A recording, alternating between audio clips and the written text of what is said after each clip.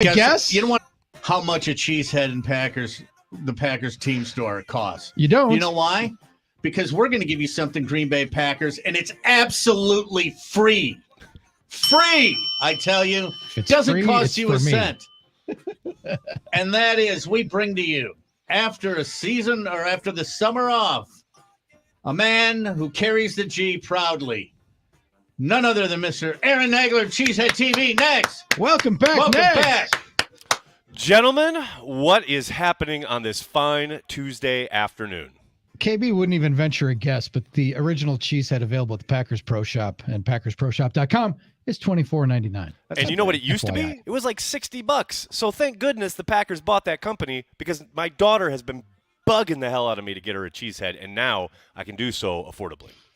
Do your daughters, having grown up in New York, do they proudly display their Wisconsin roots, that dad's a cheeser and he's a Packer guy, or do they kind of hide from it? You know, it comes through intermittently. I do recall my oldest a few years ago, out of her own volition, bought herself a Aaron Rodgers jersey, which I found interesting. Whoa. And I asked her, like, well, are you interested in the game suddenly? Like, is Aaron Rodgers your favorite player? She said, no, he's just cute. Oh, so okay. I thought we were making inroads, but not to be. However, Olive, who wants the Cheesehead, she's starting to be interested. To the point where she did ask for a Cheesehead, and she's kind of been asking about training camp, even while she's over. At the moment, she's in London, and she's checking in, and how's camp going? So just ever so slightly. Brings a tear to your eye. Like when I walked into my daughter's room, and she had the vinyl Born to Run on the turntable and was listening to Bruce Springsteen. I'm like, oh my God, I did something right as a parent. That's right. It's amazing. That is right. 1000%. So Nags, we're in the rhythm now, and now the Packers have pulled the plug, and there's no practice and nothing to talk about today. Right. I love it. Absolutely. It is, I will say, I was thinking about that on my drive up from Appleton today. It is really weird to be here for training camp, and we've been, like you said, in the rhythm of camp. And now to have the Packers up and pull up stakes and go to Cincinnati for the week, they don't do that. I can't recall a time. I don't think they've ever done that. In the middle of training teams come to Green Bay. The Packers don't go somewhere. So, I don't know, man. This is uncharted waters. It feels very, very unusual. It does. No, but it is. Okay.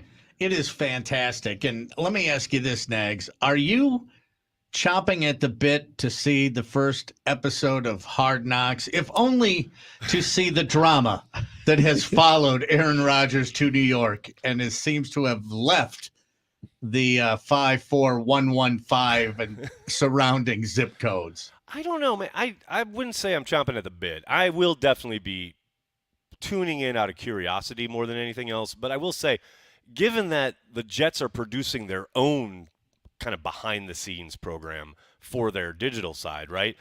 You got to think that whatever access HBO has, and this has kind of been reported on, it's already been kind of, I don't know, milquetoast, to say the least, over the last few years. My fear is that we're going to get even less now, because the Jets famously really didn't want HBO to pick them. They didn't want to be forced to do it, but now they have been. I don't know, man. Like I said, I will for the obviously the Aaron Rodgers angle. I'll tune in and see what happens, but I don't have high hopes that we're going to get too much actual behind the scenes dramatic like revelations. I think it'll be a promo for the league and little. You mean it didn't make your blood? It didn't stir anything in you when you saw Aaron Rodgers say, "Throw it up to Malik" in the headset to Zach Wilson in the Hall of Fame game? That's going to be a no. It's going to be a no for me. No. But I mean, right, hey, well. I know there are people who are interested. And that was less exciting than when he was on the mic. And Danny Etling had the run last year, and he basically predicted it. And in the middle of Kuhn's interview. That was great on the sideline of the preseason game. That was outstanding. That was outstanding. That Zach Wilson, throw it up to Malik. He didn't, come on. That wasn't a called shot. And leave it to the NFL to not take Detroit the year that Dan Campbell wants a live lion on the sidelines. Right? I want to watch that develop in front of my eyes. No question. Didn't they just do it though? Like like last year. I mean, I understand not wanting to go down that road again, but it would have been great. That would have been excellent. And the Packers' goal is to avoid being on Hard Knocks. I mean, hey, that's the interesting part there. I mean, Matt LaFleur, he has come out very publicly and said he doesn't want to do it, doesn't ever want to do it, but if they don't make the playoffs again this season, The NFL can force them to do it, they come. And they would do it in a heartbeat. And wouldn't it be like the kind of a ramp up to the draft and everything too? It would kind of like it would be following year, right here in Green Bay, right there in that building behind me. Then the whole world would see Green Bay and like, oh, we got to go there for the draft. That would be awesome. Right. So I'm not putting any ideas. I love your civic pride. You're like promoting the area and the surrounding community. You sound like Corey Banke. It's good. Good stuff. We're talking to Aaron Nagler. And okay, Nag, so now this joint practice that's going to happen tomorrow at Paycor Stadium with the Bengals. They've done these before. Usually it's in Green Bay. My most vivid memory of any of those is like Jay Sternberger getting hit over the middle. Getting lit up by the Texans. Career altering in some ways, right? Somewhat, Good. He fell pretty far behind that summer, no doubt. Obviously, you don't want that to happen, but the mission here is to get some looks. You get to hit somebody and stand across from somebody that's not on your teammate, and you kind of get a better, even though it's still vanilla. So my question to you is what they do tomorrow more valuable than what's going to happen under the lights Friday night? I mean, somewhat, probably, because you as a coaching staff can really control what you get to look at. I know Matt has a very good relationship with Zach, the head coach for the Bengals. Yeah, they're boys. They have undoubtedly gone over what they want to see, what they want accomplished, work on, etc. But, I think for some of the younger guys, the preseason is ultimately where it's at, right? There's zero doubt that the ones will get more out of, tomorrow's practice than they will in preseason because they probably won't play a whole lot. But I think as a coaching staff, you're getting a lot more out of the controlled environment and being able to say, this is exactly what I want to see play out in front of you in the practice sessions, no doubt. Okay, so with that in mind, what is don't put your Matt LaFleur eyebrows on. Put your Aaron Nagler eyebrows on and say, Aaron Nagler's running the show. Right. How much does Jordan Love play? And if Jordan Love is going to play a quarter and a half, somewhere in there, maybe even if he were to play half a ball game, then you got to have good offensive linemen in front of him. So it means that they're exposed. So what's the calculus there? What would you do if it was your decision? I'd probably play him the first quarter, and that's about it. You've got two other quarterbacks. They definitely need the reps. I mean, hell, they're younger than Jordan. They haven't played a whole ton, although Magoo has got experience in the NFL, et cetera. But to your point, and Matt alluded to it, right, his decision on Jordan will affect play time for a lot of other people. Now, there is no way in God's green earth I expect Bakhtiari to be out there on Friday. Nope. But I do think there's the real place where they'll start to wrestle is with Elton Jenkins. He didn't suit up family night, right? But you want, as you say, to protect Jordan, and you want him to be able to operate as efficiently as possible. And you want to get the best looks, and you want the best guys out there to help him do that. I think putting Yash at left tackle, Tom at right, you're on your way, right? I got no issue with that. But if you sit Elton, I mean, on family night, we saw Newman out there, and goodness gracious, he got blown up by TJ Slayton. He got blown up a couple times, and you can't really get a good evaluation of the quarterback other than, he knew how to get rid of the football real quick because he couldn't even go through his progression. It was a jailbreak. The jailbreak through the middle of the line. So I understand that that's a real kind of, not a concern, but it's a tough one because, and Matt has talked about this before, whatever his answer is, whatever transpires on Friday night, if someone were to get injured, he is going to get ridiculed. If he sits Elton Jenkins and it's a complete fire drill and they can't really get a good evaluation. Well, why didn't you play Elton? It's damned if you do, damned if you don't. Yep. My suspicion is because Jordan does need the reps. He does need to play to get ready for the regular season, unlike Aaron Rodgers.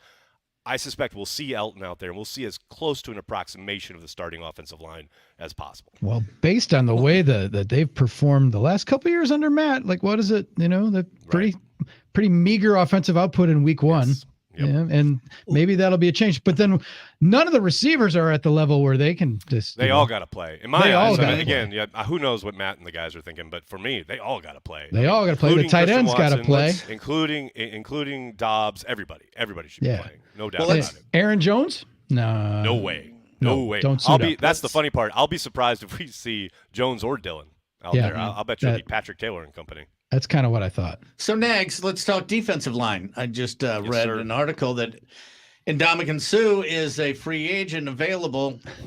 And but he said, I'm not going to go to any training camps. Would you take a flyer on him, our arch nemesis? I would have if Aaron was still in town. If we were like trying to grasp for a one last chance at the ring. I don't know how Aaron would have received that. They pretty famously have a somewhat frosty relationship, at least in public. But now, no chance. No way. He is old. He's like 36. Yeah, well, and I think he's still really good, and I think he can help a contender. I love that he's like admitting he's going to pull the Michael Strahan. Like, I ain't going to camp, but I'll come in and help you once the season starts. I think he can help a team, but the Packers, I'd much rather get like Wooden and those rookies out there. I'd rather Devontae Wyatt get more snaps. You don't need to bring Ndamukong Suh on this team. Now, again, no, you don't. Earlier years, maybe. This team, no, never. I'm going to pass. So Nags is a no on. I can't abide in any way, shape, or form at any time in history. Yeah, but here's the question. Here, I'll throw this back at you. So you're sitting there like 2 years ago, right? And the Packers are getting all run over, right? Look, the Eagles literally did this last year. They had injuries along the defensive line.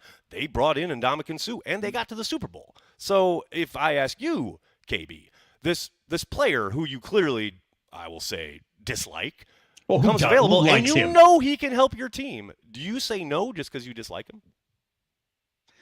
Yes, and which is why I'm not in the NFL any type of a management that is position. Correct. There you go. Okay, at least I'm honest with you, Nag. I know. Hey, man, I expect nothing else. Right? No doubt. As long as we're spitballing here on the defense. Okay, right. Kenny Clark probably not going to play. I'd be shocked. I'd be shocked. Yeah. Anybody else like that you would think is going to sit? Jair will sit. Kenny will sit. That would be my guess. Outside of that, maybe Rasul sits, but I suspect everyone else will play. I mean, those young guys up front definitely got to play. Maybe Devondre Campbell sits, and they put McDuffie alongside Walker.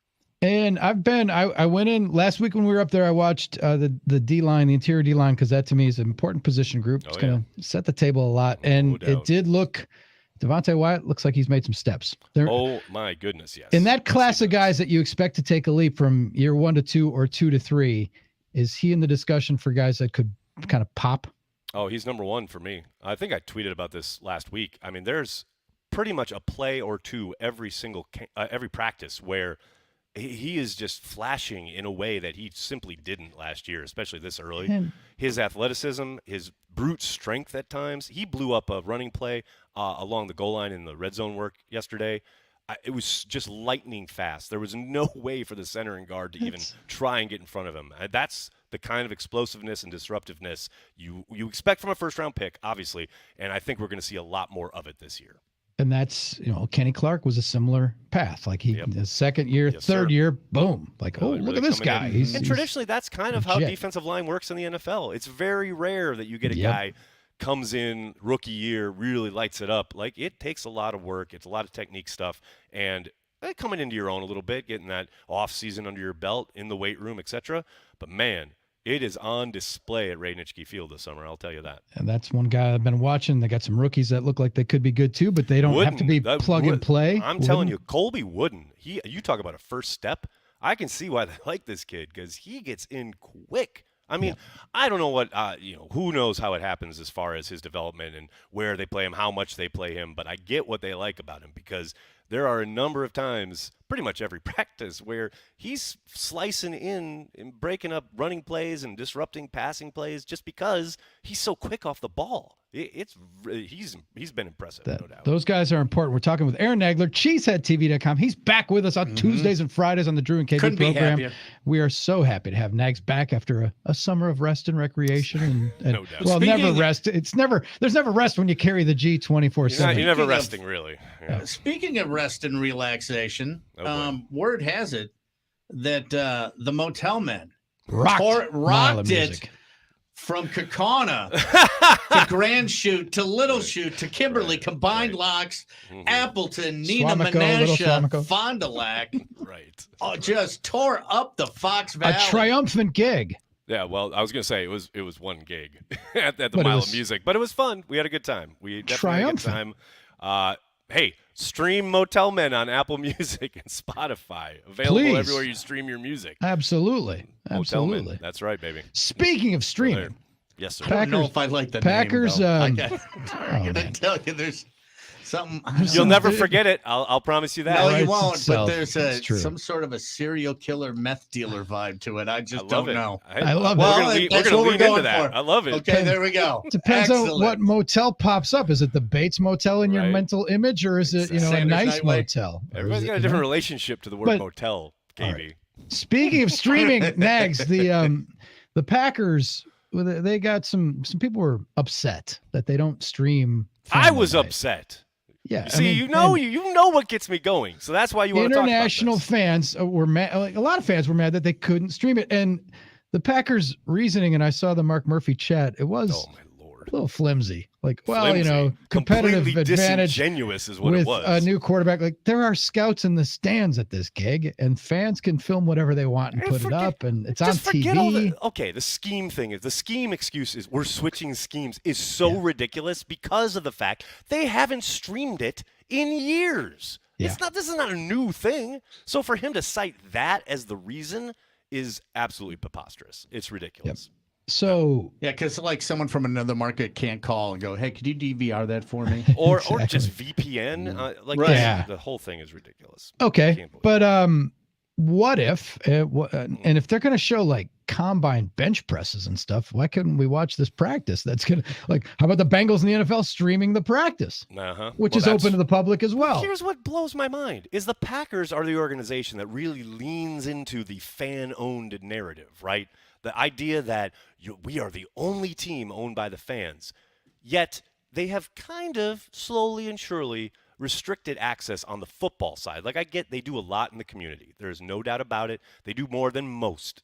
The idea of Titletown and what they've built there and the expansion of the footprint they have here in Green Bay is amazing. And I don't want to minimize that.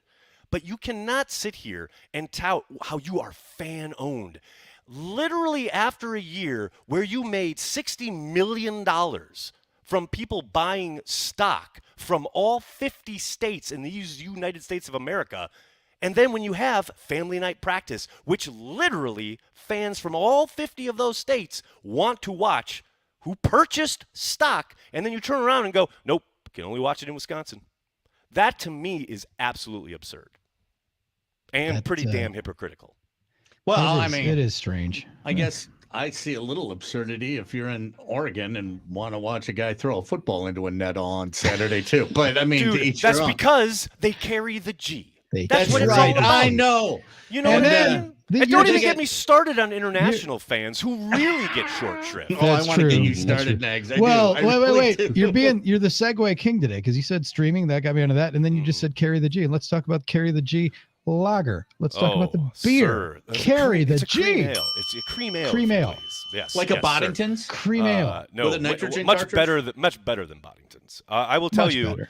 We aren't officially relaunched yet, but we are very, very close. And unlike last year where we were, pretty limited in scope as far as availability, we are going to be everywhere in Wisconsin this year. I cannot wait. We will have an official announcement very soon, but there is nowhere in this great state you will be able to go without finding Carry the G. Oh, that's amazing. I know with the factory people and the paper mills around Green Bay, the Boilermaker is a favorite at small bars, and I can think nothing better.